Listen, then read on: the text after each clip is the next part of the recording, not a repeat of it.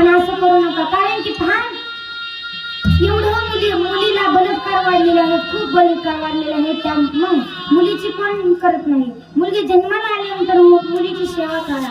मुलीला हे जग पाहू द्या.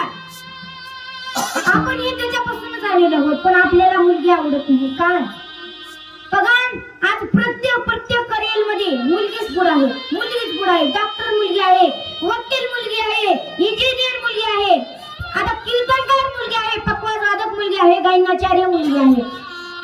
प्रत्येक करिअर मध्ये मुलीने आपलं पुढे यश मानले. परंतु असं आहे का कधी मुलांनी केलं? पण नाही. मुलात जेवढं धाडस नसतं तेवढं मुलीत धाडत असतं. पण आपल्याला काय वाटतं, मुलगी नको.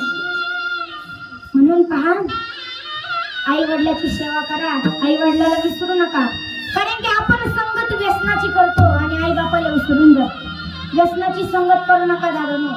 आपण ज्या वेळेस व्यसन करतो त्यावेळेस आपल्याला जी छोटी मुलं जन्माला येतात ते देखील व्यसनी निघतात. म्हणून व्यसन करू नका दादांनो. ऐका, आई